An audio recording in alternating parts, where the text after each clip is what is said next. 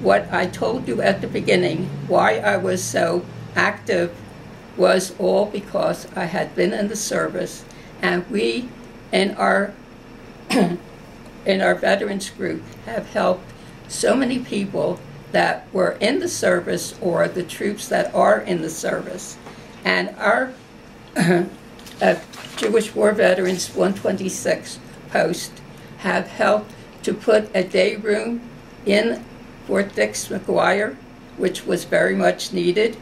We also had 9 years of helping the troops celebrate Thanksgiving.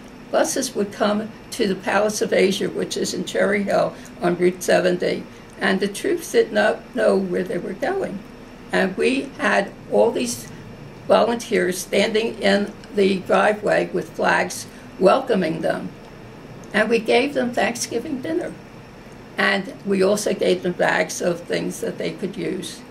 And this is what we have done for the troops. Now for the veterans, I am in charge of the Vineland Memorial Home, which is a nursing home for 300 veterans or their families. And we go there periodically and give them all kinds of things. We help them by doing things that they have a wish list, so we raise money to buy things that they need. We just recently gave them 2 8-foot grills that they could have barbecues on. We gave them a curtain for their stage. We have gone there and taken them to the River Shark games. The River Shark games are the baseball games in Camden, and we sit beside them and we help them with whatever they need. If they have to go to the restroom or they have to buy something to eat, we're there for them. We also go to Vineland and have a bingo game periodically, or we have a barbecue. And this brings the people out of their rooms and gives them something to do. Periodically we buy clothing for them. We usually bought them suits, sweatsuits.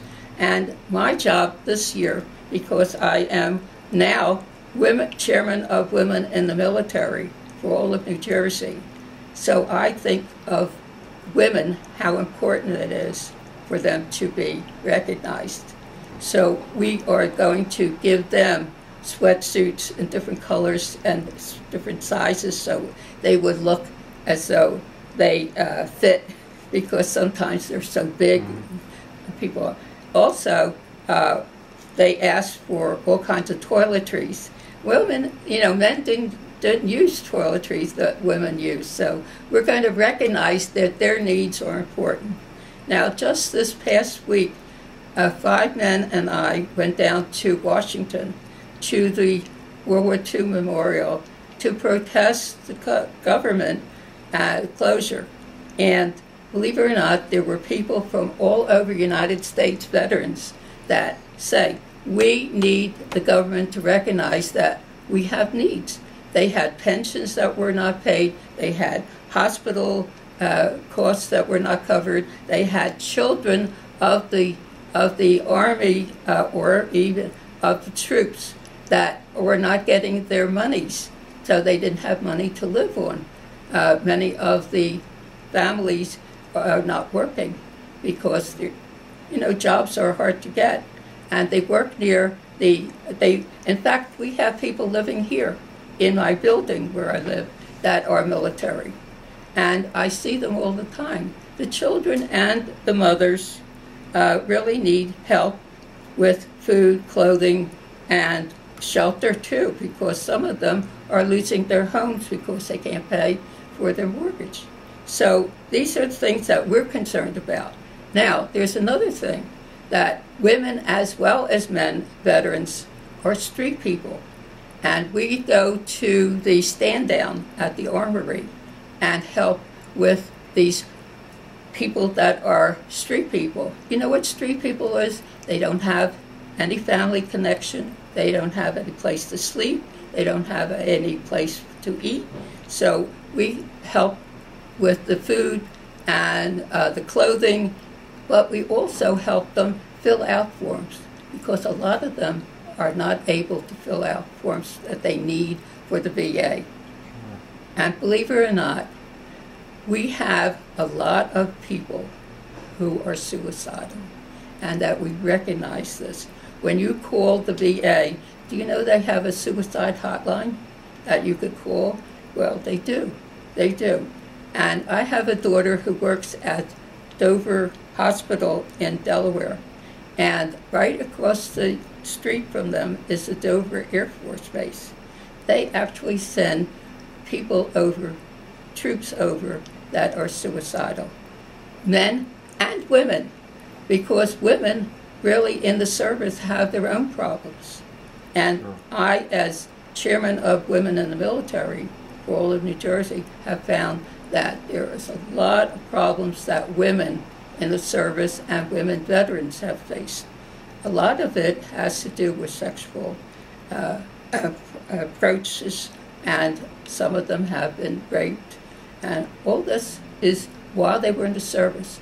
There have been hush-hush over the years, and recently it has come out that they are doing something about it.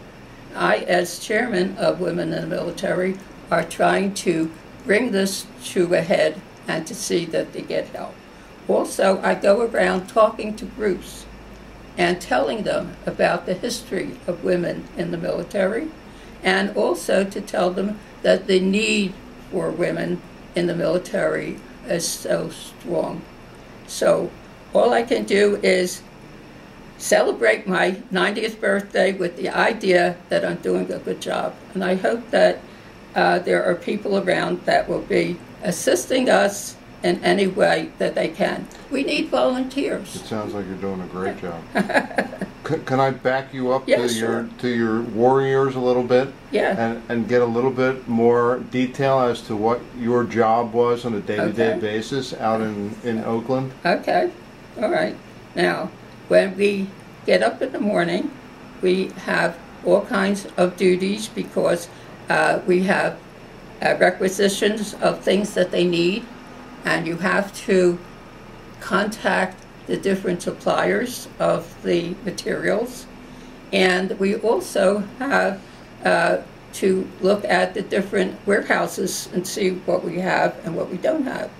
And these are very important. And as far as the size of the packages, whether they need a truck to take it to the ships, or do they have to take it with an airplane that will come onto the water and supply them. We also have to look at their medical needs. We know that there are people that are on the ships that need certain things, because the doctors have, we even fly doctors out to the ships because of their medical needs. My husband happened to be on a cruiser, and he was on this cruiser that went where the Hornet was hit by a kamikaze pilot, and they took the people that were left off the ships and helped them. One of our veterans in my veterans group actually said, "I can't believe it. My ship was right across the ships from your husband's ship, and we were following his ship all during the war." And I never would realize that how important it was, what they did in all the maneuvers, all the battles that in the Pacific. As I said, my husband was in 3.5 years, and they were in many battles. And also, when the war was over, they went to Japan, and they were actually in Japan at the time when the war was over. And he was on a train, and this Japanese officer stood up and said, "We lost this war, but we'll do what better on the next one." And that quotation stayed in my mind. And when we were asked just last week about what bothered you about being an older person, what gives you a lot of concern? And I said, my husband and I went through World War II. We have been in many, many wars since then. And my problem is, my grandchildren and great-grandchildren, are they going to still be living in a war area, or are they going to have some peace? And that's my answer to this question. I worry, will there still be wars that we will be in the future? Why can't we have peace in this world?